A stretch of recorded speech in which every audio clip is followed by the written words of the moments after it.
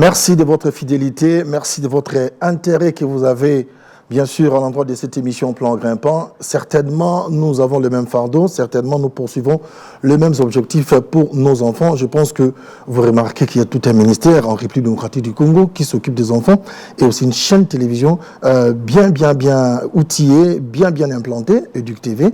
Et nous sommes vraiment dans la joie de vous retrouver encore autour de ces sujets qui concernent les enfants. On avait déjà entamé ces sujets avec l'invité et nous continuons, bien sûr, avec ces sujets. Je rappelle, il était question de savoir comment occuper les enfants pendant les vacances. Et nous avons un invité. Qu'est-ce qu'il fait pendant les vacances? Comment il occupe-t-il les enfants pendant les vacances? Il le fait à travers, bien sûr, le camp biblique. Il nous avait expliqué que le camp biblique, je pense qu'il va revenir sur ça, c'est presque la colonie des vacances, mais c'est un peu différent. Pourquoi? Parce que dans les camps bibliques, on met plus l'accent sur la parole de Dieu, sur la Bible et aussi sur les vertus bibliques, et dans les soucis que les enfants puissent incarner cela dans leur vie. Donc lui, on l'appelle Monsieur Papi Bangala, qui est en fait responsable du centre biblique RDC, le centre biblique, qui est en fait une structure chrétienne destinée, qui s'occupe de la formation, qui s'occupe de disciplina plutôt, et qui travaille aussi avec d'autres organismes chrétiens, toujours dans le cadre de la formation des serviteurs de Dieu, des chrétiens, et ainsi de suite. Et c'est un centre qui a fait ses preuves depuis quand même, je pense, plus d'une décennie. Le centre biblique existe à Kinshasa et actuellement, c'est lui qui est responsable du centre biblique. C'est lui que nous recevons et nous avons vraiment cette joie. Et c'est pour nous un honneur de les revoir encore, de les recevoir encore sur ce plateau parce qu'ils nous parlent des enfants, un sujet qui vraiment qui nous tient à cœur et qui vous tient également à cœur. Alors, je vous reçois vraiment, en tout cas, avec beaucoup de joie. Vous êtes le bienvenu, Monsieur Papi Bangala, frère Papi Bangala, comme tu aimes toujours les qu'on puisse t'appeler. OK. Merci beaucoup, c'est une joie partagée. Ok. Et merci beaucoup d'abord déjà pour la première émission qu'on avait fait avec vous. Là, on avait parlé de la préparation. On a parlé de la préparation du camp biblique. C'est vrai qu'on avait des idées peut-être erronées sur ça, mais quand vous avez expliqué, nous avons vu que c'est quelque chose de très, très important parce que ça prend une année comme préparation lointaine et aussi les préparations proches. Est-ce qu'un petit rappel de votre part, pour ceux qui n'avaient pas suivi, qu'ils puissent quand même avoir l'idée sur la préparation des camps bibliques, sur le camp biblique?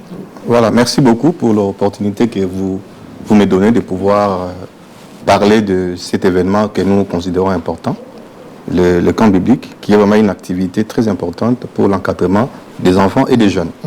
Donc nous avons dit, le camp biblique demande une préparation. Et on a parlé de préparation lointaine qui prend 10 à 11 mois. Et ça dit qu'il y a des rencontres, il y a des moments pour vraiment bien préparer les camps bibliques. C'est un événement important qu'il faut préparer avec beaucoup de sérieux. Tout à fait. Alors, pour aujourd'hui, nous allons maintenant continuer bien sûr, parce que là, on a commencé par la préparation jusqu'à ce qu'on va, si Dieu nous donne le temps, on pourra, normalement, nous prévoyons pour parler du choix du site et puis du déroulement proprement dit. Alors, par rapport au choix du site, je pense qu'il y a un critère pour choisir, parce qu'on ne peut pas avoir des enfants, amener les enfants n'importe où. Tout simplement parce que c'est un site, tout simplement parce que c'est une auberge, on doit amener les enfants là-bas. Quels sont les critères à tenir compte, les critères à avoir pour, bien sûr, choisir, par exemple, un site où vous allez passer avec les enfants une semaine, 2 semaines ou bien quelques jours? Bon, c'est vrai que les choix du site est très important. Parce que, vous savez, l'environnement, c'est un lieu qui va déterminer le déroulement du camp. Lorsqu'un environnement est mal choisi, cela va impacter aussi le déroulement du camp. C'est pour ça les sites, lorsque vous voulez choisir un site, il faut quand même tenir compte de quelques préalables. C'est vrai qu'il ne faut pas aussi non plus aller dans l'exagération. Il faut faire avec ce qui est disponible. Mais il y a quand même quelques critères que je peux partager avec vous ici, si vous voulez bien. L'espace. Parce que dans les camps bibliques, n'oubliez pas, les enfants ont besoin de l'espace. Donc l'espace est très important lorsque vous voulez choisir un site. Ça ne sert à rien d'aller amener des enfants dans un site étroit où les enfants n'ont même pas l'endroit où jouer, ou faire les activités. Donc l'espace joue un rôle important dans les choix des sites. Et deuxièmement, les conditions sanitaires. C'est-à-dire qu'il faudrait quand même que les sites qui est choisi puisse remplir quand même un minimum de conditions sanitaires. C'est-à-dire qu'il y ait des toilettes, qu'il y ait des douches, où les enfants peuvent quand même utiliser. En bon état, bien sûr. Voilà, en bon état, parce que, voilà, je pense qu'il faut vraiment assurer un minimum.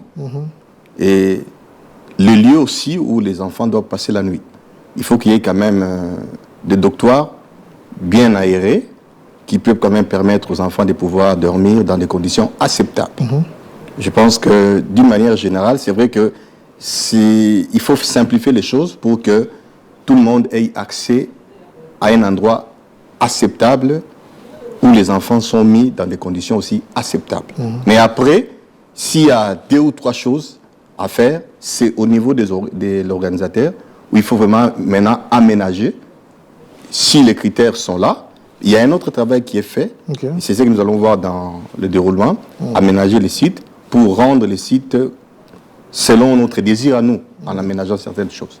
Alors, par rapport bien sûr au site, l'endroit, l'espace, vous avez dit, est-ce que c'est forcément, il faut amener les enfants par exemple dans des coins un peu reculés du pays, bien de la capitale, éviter l'environnement trop bouillant? Est-ce que c'est toujours ça? Parce que chaque camp biblique a des objectifs. Je pense que ça, c'est très important que vous puissiez souligner ça, parce que les enfants ont besoin d'une concentration. Parce que les enfants quittent un lieu, leur lieu habituel, et ils vont à un endroit où ils doivent vivre comme des choses différemment. C'est mieux d'avoir un site hors de bruit, un site qui est vraiment, on peut dire, en dehors de bruit, on peut dire ça. Voilà, c'est des endroits un peu reculés, c'est mieux. Les endroits où il y a moins de bruit, les endroits où il n'y a pas accessibilité des gens. Parce que si on y va dans un site où c'est fréquenté par les personnes extérieures, ça va déranger aussi le déroulement des camps. C'est pour ça les choix des sites, un endroit vraiment isolé, un endroit moins bouillant, c'est quelque chose qui peut aider dans les choix des sites. Qu'est-ce que alors cette particularité, cet endroit-là, qui doit être un peu à l'extérieur, qui doit être un peu excentré, est-ce que vous avez des éléments, vous pouvez énumérer, qu'est-ce que cela apporte à l'enfant pendant le camp biblique, le fait d'être à côté là-bas? Il ne faut pas oublier, précédemment, j'avais précisé que le camp biblique permettait aux enfants de quitter un lieu habituel et à vivre un moment particulier ailleurs. Déjà, il faut marquer cette différence. Oui. C'est-à-dire que c'est un lieu où l'enfant se retrouve sans les bruits habituels. Déjà, c'est quelque chose qui va aider. Sinon, l'enfant pensera toujours qu'il est dans son milieu habituel. C'est pour ça qu'il est très important, déjà, lorsque l'enfant quitte un milieu habituel, où il est habitué peut-être au bruit, je pense que vous habitez à Kinshasa, vous savez l'environnement de Kinshasa. Je pense que le but, c'est vraiment mettre les enfants dans des conditions où ils ne seront pas distraits par autre chose. Donc, c'est pour ça qu'il est très important de choisir un site où vous n'avez pas accès aux gens extérieurs, où vous n'avez pas de bruits qui vont empêcher le déroulement normal d'un camp biblique ou d'une réunion que vous voulez organiser en faveur des enfants. Tout à fait. Vous avez assez d'expérience dans ces domaines-là. Je voulais tout simplement savoir, quels ont été peut-être, est-ce que vous avez déjà remarqué, quand les enfants, par exemple, arrivent pour la première fois dans ces sites, je ne sais pas, vous avez eu quand même le temps d'observer leur attitude. Qu'est-ce que vous lisez quand ils abordent, ils affrontent ces lieux dont ils n'ont pas l'habitude? Qu'est-ce qu'ils arrivent? Qu'est-ce que ça passe dans leur tête? Certainement, vous avez peut-être quelques observations là-dessus. Vous savez, les enfants, nous, c'est quelque chose d'extraordinaire. OK. Et c'est ce qui nous motive d'ailleurs à pouvoir continuer avec cette activité-là. Pourquoi? Parce que lorsque vous voyez les enfants venir, les autres viennent en courant, mais quand vous regardez sur le visage des enfants, vous voyez que les enfants sont heureux de découvrir autre chose que ce qu'ils ont l'habitude de découvrir dans leur vie quotidienne. Donc pour nous, on peut vraiment construire tout un film pour voir la réaction des enfants. Quand les enfants arrivent, et les enfants, déjà nous préparons un environnement qui déjà touche les enfants qui arrivent. Lorsqu'ils viennent, ils remarquent que non, nous venons vivre un moment particulier. Donc c'est pour cela aussi que je voulais souligner, lorsque vous organisez un camp biblique, il faut créer ces conditions-là. Pour que lorsque les enfants arrivent, les enfants déjà sentent que là, nous allons vivre des moments particuliers. Et ça excite en quelque sorte les enfants, et les enfants vont passer un moment... Et ce qui leur dit qu'ils vont vivre les moments particuliers, c'est tout simplement le contact avec la nature, parce qu'ils sont habitués avec les maisons, des bétons, il n'y a pas d'arbres, et ceci. Exactement. Et cette nature-là, cet environnement-là, c'est ce qui leur donne directement... Cet environnement est très important, mais aussi le moniteur qui sont là pour accueillir les enfants. Et leur manière d'accueillir les enfants montre aux enfants qu'en tout cas, nous allons vivre aussi un moment particulier. Donc, il y a tout ça qui entre en jeu. C'est pour cela qu'un camp biblique, ce n'est pas une activité qu'on peut organiser à la légère, parce qu'il faut tenir compte de tous ces paramètres-là. Il y a l'environnement qui compte, mais surtout, il y a les personnels. Quand je parle de personnel, je vois l'homme, c'est-à-dire le moniteur, la monitrice, qui est l'élément aussi central dans l'organisation d'un camp public. J'aime beaucoup les statistiques. Alors, il y a la nature qui reçoit les enfants, il y a les moniteurs. Sur les 100% de ceux qui boostent les enfants, combien de pourcents pour les moniteurs qui reçoivent? Combien se partagent les pourcentages entre l'environnement et les moniteurs qui reçoivent les enfants? Moi, je dirais, j'aimerais être équitable. je dirais 50-50. 50-50. Je dirais 50-50. Ouais. Ok. Donc, les moniteurs doivent également être des gens qui sont vraiment bien outillés. Alors, mais il y a aussi une particularité chez vous. Bon, je peux le prendre directement comme ça. Quand les enfants arrivent, ils amènent quoi? Je ne sais pas si on l'avait dit l'autre fois. Ils amènent quoi avec eux, les enfants? Ils amènent tout simplement la Bible, téléphone, iPad, mousse. Ils amènent quoi, les enfants, quand ils arrivent? Bon, dans les camps que nous organisons, nous épargnons des enfants à voir beaucoup de choses. Ok. C'est-à-dire que, c'est pour cela que je vous ai dit tout à l'heure, le choix des sites est très important. Nous devons nous rassurer que les sites dans lesquels nous irons pour faire les camps est équipé quand même de matelas qui permettra aux enfants de pouvoir passer la nuit dans des conditions acceptables. C'est pour cela que nous n'accomblons pas les parents à demander aux parents d'amener les matelas pour les enfants. Donc les parents n'envoient pas. Les enfants arrivent tout simplement avec les effets personnels et un petit drap, comme j'ai dit la fois passée, ou un pagne. Parce que n'oubliez pas, les camps bibliques, nous acceptons tous les enfants. Oui, ceux qui ont les draps, ils apportent leurs draps. Ceux qui ont des pannes, ils apportent leurs pannes. Et nous fournissons des cahiers, on peut dire les outils que les enfants vont utiliser pendant les camps bibliques. Et les enfants peuvent amener leur Bible, ils peuvent amener leurs effets personnels, une brosse à dents, un dentifrice, mais les savons, les restes, c'est ainsi les cuisines, tout ça, c'est à fournir sur place dans les sites. Les sites, ok. Et le téléphone, l'enfant ne l'amène pas? Non, non, c'est vraiment interdit. Pour quelle raison? D'ailleurs, parce que si les enfants amenaient les téléphones, d'ailleurs, l'objectif des camps ne sera pas atteint. N'oubliez pas, quand les enfants arrivent, ils doivent être déconnectés de la réalité extérieure pour passer vraiment des moments, pour profiter. Parce que le but, c'est laisser vraiment aux enfants la possibilité de jouir de ces moments-là. Parce que nous passons généralement entre 7 à 8 jours ou 9 jours, ça dépend des camps. Et le dernier jour, il faut voir, les enfants, parfois, ils refusent de rentrer. On dit, mais il faut rallonger. C'est pour dire que les enfants ne doivent pas amener de téléphone ni des choses de valeur. Pourquoi? Si les enfants peuvent perdre des choses facilement, même si nous veillons, n'est-ce pas? C'est pour cela que nous allons peut-être en parler quand nous allons aborder la question du déroulement. Il y a certains critères où on peut dire certaines lignes de conduite qu'on a fixées pour éviter que les enfants puissent utiliser les objets personnels de valeur pendant les camps publics. Mais les seaux là, les seaux à laver, je pense que... Tout ça, nous fournissons. Tout ça, nous fournissons parce que les enfants ne peuvent pas amener les seaux. Donc c'est pour cela que je vous ai dit, le choix des sites est très important. Donc si les sites ne vous offrent pas des outils complets, l'organisation doit trouver un moyen pour compléter, pour éviter que les enfants puissent amener ces choses. Mais moi, je connais quand même des églises qui font des camps bibliques dans des écoles, et puis les enfants amènent aussi les seaux, donc tu condamnes cela vraiment Bon, je ne peux pas condamner là, je pense que c'est dur de dire ça. Moi, je pense que ici... Bon, c'est vrai, on dit pour que les gens voient le meilleur. Hein? Non, je pense qu'il faut rendre les choses possibles, n'est-ce pas? Il faut faire avec les moyens qu'on a. Bon, non, d'accord. Je pense que ici, moi, je parle dans le cadre d'une organisation et je parle d'une manière générale. Après, l'idéal, je pense l'idéal. Voilà. Après, selon les moyens, selon les réalités de milieu, on peut voir qu'est-ce qu'on peut faire. Mais le but, c'est vraiment mettre les enfants dans les meilleures conditions possibles. Okay. Alors, entrons maintenant dans le déroulement, parlons maintenant du déroulement. Alors, les enfants arrivent dans le camp biblique, ils sont accueillis, et la suite, c'est comment? Voilà, je vous ai parlé de la préparation immédiate. Okay. La préparation immédiate, comme je l'ai dit tantôt, les organisateurs, donc toutes les équipes entrent à la veille. Entre la veille, ok. Parce que les équipes ne viennent pas le même jour. Avec les enfants, okay. Donc, entre la veille pour préparer les sites, pour décorer les sites, pour préparer. Donc, les moniteurs doivent avoir les listes de leurs enfants. Chaque moniteur doit avoir déjà les listes de ses enfants. C'est pour cela que les inscriptions se font au préalable. Il y a un délai d'inscription. Qui prend combien de temps pour En principe, nous arrêtons, en principe, quand je parle de principe, il y a toujours des gens qui arrivent à la dernière minute. Si vous voulez faciliter l'organisation, en tout cas au plus tard, un mois avant l'organisation du camp, il faut vraiment boucler tout ce qui concerne l'inscription pour vous permettre maintenant de planifier, de faire les listes, de répartir les chambres. Là, ça aide beaucoup. Ça, c'est vraiment l'idéal. Mais ça peut arriver, d'autres personnes arrivent à retard.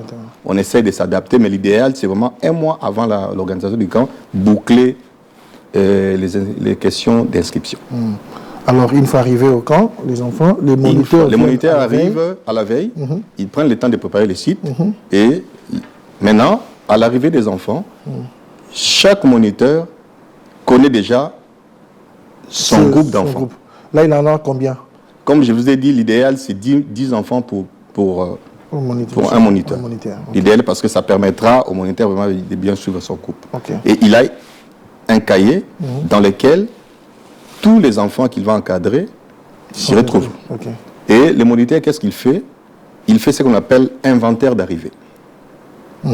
C'est-à-dire que chaque enfant doit déballer ses affaires devant le moniteur. Et le moniteur chaque enfant également connaît son moniteur au préalable? Oui, c'est-à-dire que lorsque on accueille les enfants à la porte, et nous savons, nous vérifions la liste, et nous orientons les enfants vers les moniteurs. Il appelle... Voilà, quand un enfant arrive, et nous savons que ça c'est tel enfant, et sur la liste, nous savons que cet enfant est dans tel groupe.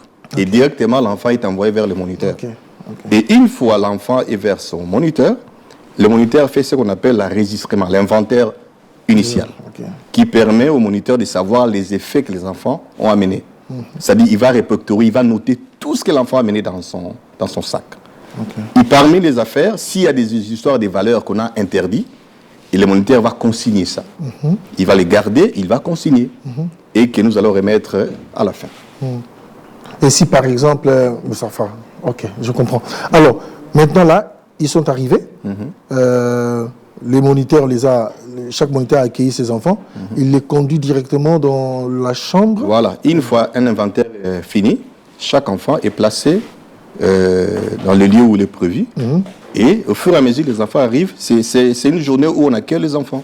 Et une fois tous les enfants sont là, et nous pouvons lancer les activités. Et les activités commencent le même jour ou bien ils dorment pour commencer le lendemain? Bon, généralement, ce sont les activités initiales, des petits jeux, juste des activités d'animation, pour essayer un peu d'occuper les enfants, parce qu'au fur et à mesure, tous les enfants arrivent au même moment. Donc chacun arrive à son rythme, même si on a une heure qu'on a donnée d'arriver, mais chacun arrive à tour de rôle, et on occupe les enfants avec des jeux, avec des choses comme ça. Et les soirs, on donne des consignes du déroulement des camps. Avant de commencer les camps, il y a des consignes qui sont données, les consignes sur le déroulement, les consignes sur les sanitaires, toutes les consignes sont données, et après, le lendemain, nous pouvons lancer directement les activités. Ok. Alors, quelles sont les activités maintenant vous faites pendant les camps bibliques et comment vous les faites? D'accord. La fois passée, j'avais rappelé que le but des camps, c'est vraiment une formation intégrale de l'enfant. Et nous basons d'abord sur la formation chrétienne. Ça, c'est la base. Raison pour laquelle, pour dire, les camps bibliques. Dans un moment d'enseignement. Ça, c'est ce qui est prévu. Dans les camps bibliques, on a des moments d'activité. D'activité de jeu qu'on organise pour les enfants. On a des activités qu'on appelle des ateliers manuels, où on apprend même aux enfants à fabriquer les choses manuellement avec les moyens qu'ils peuvent trouver sur place. Donc, on a des activités spirituelles, on a des activités sportives qu'on organise en faveur des enfants, on a des activités ludiques. Donc, je pense que c'est tout un ensemble des activités en dehors de l'aspect spirituel on s'occupe aussi des jeux, des chants. Donc vraiment, il y a plein d'activités qui sont organisées pendant le déroulement du camp public. Ok. D'une manière générale, en fait, parlons un peu de jeux. Les enfants sont aujourd'hui habitués. C'est quel genre de jeux que vous organisez dans les camps bibliques? Actuellement, je pense que le jeu qui bat les records, ce sont des jeux vidéo. Les jeux vidéo avec des téléphones, c'est vrai qu'actuellement, bon, peut-être dans les milieux où moi j'ai vu, en fait, il y a quand même une tendance où les gens sont plus solitaires, les gens gardent plus les enfants beaucoup de temps à la maison, ils jouent à la maison, ils ont la télé, ils ont les jeux vidéo, ils sont tous habitués à ces jeux-là. Et quel genre de jeux que vous organisez dans les camps bibliques et quelle est en fait l'attitude ou bien est-ce que les enfants reçoivent ça facilement comparativement à ce qu'ils font déjà à la maison? Est-ce qu'ils trouvent ça intéressant? Et est-ce qu'il y a-t-il aussi dans ces jeux-là, qu'est-ce que ces jeux-là apportent aux enfants? Voilà, merci beaucoup pour la question. Ça, c'est très important que vous évoquiez la question du téléphone, parce qu'aujourd'hui, nous avons abandonné l'encadrement de nos enfants au téléphone, en quelque sorte. Oui. Aujourd'hui, les parents pensent qu'ils sont occupés. Nous, on peut être tranquille pendant un moment, mais c'est quand même un danger. Ah bon? Je pense que nous sommes tous conscients de cette réalité, mais les enfants ont besoin de dépenser. De dépenser, c'est-à-dire que jouer, dépenser de l'énergie. Dépenser de l'énergie, ok. Voilà, laisser les enfants à un seul endroit, jouer au jeu téléphone, c'est d'ailleurs mauvais pour leur santé physique aussi. C'est pour cela, dans les camps bibliques, nous organisons jamais des jeux liés aux vidéos, non, ça c'est exclu. Parce que nous voulons que les enfants s'excluent, ça c'est pas possible. Donc je pense que nous voulons plus que les enfants jouent aux jeux collectifs, où tout le monde participe, des jeux physiques, qui permettent aux enfants vraiment de... Et les enfants, ils sont contents. Je pense que c'est... Une fois vous voyez comment les enfants jouent, vous allez vous rendre compte que les enfants aiment jouer. C'est ce qui attire les enfants. Donc je pense que dans les camps bibliques, c'est plutôt les jeux collectifs, les jeux qui engagent le physique, les jeux vraiment qui attirent les enfants. Quand tu dis qu'il engage le physique, certainement les gens vont avoir peur, le judo. Non. Je pense que quand je parle de physique, c'est pour dépenser de l'énergie. Positivement. Je pense voilà. Un exemple d'un jeu, par exemple Par exemple, je peux dire les jeux que les gens ont l'habitude de faire. Il y a aussi des foot qu'on fait au camp biblique, il ne faut pas oublier. Hein. Et les foot, on peut faire des nzango dans les camps bibliques, on peut faire des tirs à la corde. Il y a plein de jeux, donc il y a plein de jeux qu'on peut faire dans les camps bibliques. Voilà, c'est ça. Voilà. Et le jeu, quand on parlait aussi des activités ludiques, c'est vrai, les activités pour enfants, quel genre d'activités? Les activités ludiques, je peux dire d'imaginer, c'est des activités qui attirent, qui font plaisir aux enfants, n'est-ce pas? Parce qu'il ne faut pas oublier, nous ne sommes pas dans une retraite de grandes personnes. Il y a une différence entre camp biblique des jeunes et la retraite spirituelle pour les adultes. Parce que la retraite pour les adultes, c'est quelque chose qui concerne les adultes. Mais les enfants, ils aiment les choses qui leur font plaisir, n'est-ce pas? Les choses qui les attirent. Comme ça, si l'enfant n'est pas attiré par quelque chose, même la parole de Dieu que vous allez l'annoncer, il ne va pas bien la recevoir. C'est pour ça que lorsqu'il est attiré par quelque chose qu'il aime, un jeu qui lui fait plaisir, un jeu de plaisanterie, à ce moment-là, lorsque vous communiquez la parole et ça va ensemble, ça peut entrer facilement. Mais vous avez parlé des retraites, il y a quand même des gens qui font des camps bibliques avec les enfants, où il y a des retraites, les enfants sont affamés, ils sont en prière en jeûne. Ça, moi, je vous dis sincèrement, moi, je déconseille ça. Ah bon? Parce que la promesse du Saint-Esprit, c'est aussi pour les enfants. Non, je pense qu'il faut faire la part des choses.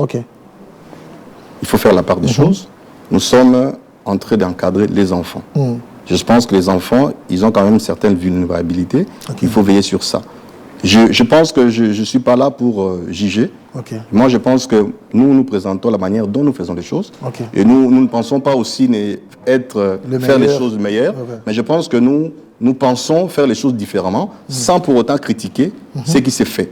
Mais moi, je pense que dans un camp biblique, les enfants ne sont pas appelés à faire le jeûne pendant les camps bibliques. Voilà.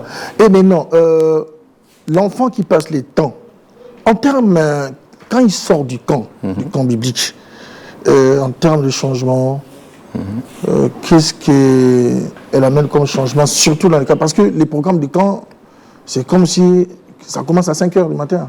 Les enfants sont déjà réveillés? Non. Donc les programmes, nous avons un programme type où généralement nous commençons notre programme autour de 7 h. 7 h. Oui, je pense que les enfants aussi ont droit au repos. Après avoir passé une journée un peu mouvementée, généralement c'est à 7 h que nous commençons nos activités.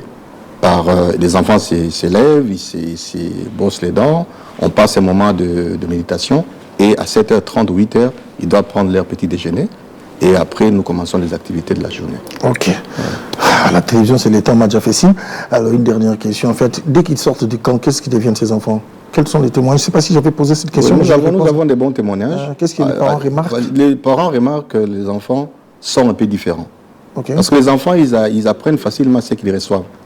Voilà, les enfants sont différents, les parents peuvent vous dire, en tout cas, j'ai vu, il y a un changement dans le comportement de mes enfants. Et nous, on est reconnaissants. De toute manière, c'est le Seigneur qui change les cœurs des gens. Donc, si les enfants sont touchés par ce que nous faisons, nous pouvons glorifier Dieu et puis voilà, bénir le Seigneur pour ça. Alors, on est à la fin de cette émission, comme d'habitude, les numéros de téléphone. Certainement, il y aura des gens qui pourront vous contacter. Pour plus 243. Plus 243. 81. 81. 509. 509. 62. 62. 96. 96. On peut reprendre? Plus 243. Plus 243. 81. 81. 509. 509. 62. 62. 96. 96. Merci beaucoup, frère Papy. En tout cas, c'était très riche. Je pense que si on doit parler, le frère Papy maîtrise bien ces domaines. Donc, on ne va pas sécher avec lui. Il faudra continuer de parler. Mais on n'a pas fini. On va toujours continuer parce qu'il y a beaucoup de matière, tant de matière qu'il a. Et il va nous édifier avec cela. Alors, merci beaucoup, vous qui avez suivi. Je sais que vous avez aimé. Je sais que vous allez appeler. Et je sais que vous serez conduit à avoir cette envie-là d'envoyer votre enfant un jour dans les camps bibliques. Et certainement, ce qu'il a dit là, c'est ce que vous allez remarquer comme fruit. Et ça sera pour votre bonheur, ça sera pour votre joie. On se retrouve la semaine prochaine. Pour l'instant, portez-vous bien. Que le Seigneur Jésus-Christ vous bénisse.